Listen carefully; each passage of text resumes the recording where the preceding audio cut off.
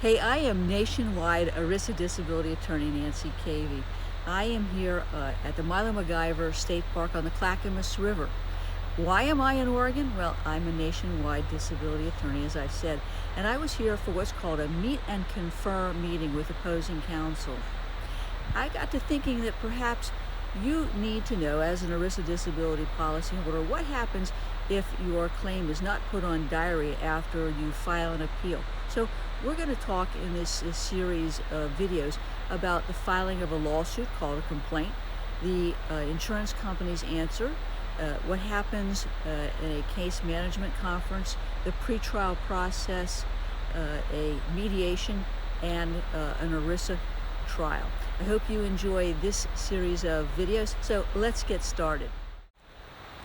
Let's talk about the litigation process in an ERISA disability case.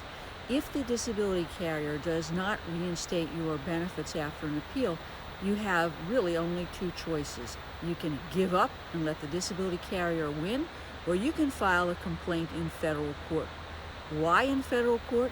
Because most ERISA disability policies are governed by federal law. Now, why do I say most? Because there are some exceptions. Those exceptions include plans that are issued by a municipality, such as a county or even a state, a city, or a policy is issued through a church plan. In that instance, it is not an ERISA policy, it's a state breach of contract type case. So let's say we find ourselves with an ERISA policy or plan. The carrier has denied your appeal. What happens next? Well, you should be hiring an experienced ERISA disability attorney like myself to file what's called a complaint. I like that word, complaint, because there's lots of things to complain about in an ERISA disability case. The first thing you're going to be doing in a complaint is you will do what's called an allegation of basically the facts. The fact that you're a disability policy holder, that you've met the conditions for filing a lawsuit, that you have filed an appeal, the appeal has not been successful, you've exhausted your administrative remedies, that you filed a claim, that the claim's been denied, you filed an appeal, that's been denied, and you want to set forth the allegations that establish medically and factually why it is that you are disabled. And as part of that, part of the pleadings, we also allege whether or not you've applied for and are receiving Social Security disability benefits. Now, this part of the complaint can be very factually dense, or it can be sort of a cursory type of allegations. And what I do really depends on who the carrier is, and who the judge ultimately might be in the potential district that I'm going to be filing my suit in. The next part of the complaint is about your remedies. And unfortunately, in the ERISA world, there are limited remedies that we can ask for. We're asking for primarily reinstatement of your disability benefits.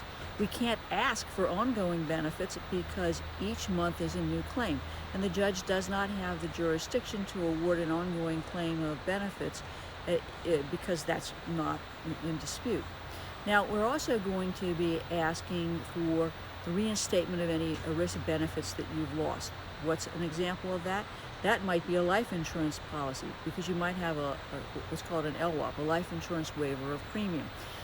Generally, the insurance company will not require you to pay your premium for your life insurance so long as you are getting your ERISA disability benefits. But once they stop, they will basically either make you pay those benefits, or potentially you can lose the life insurance benefits. So if you don't pay the premium, we're going to potentially have a problem with that. But in any event, in the complaint, I want to be asking for reinstatement of ERISA lost benefits.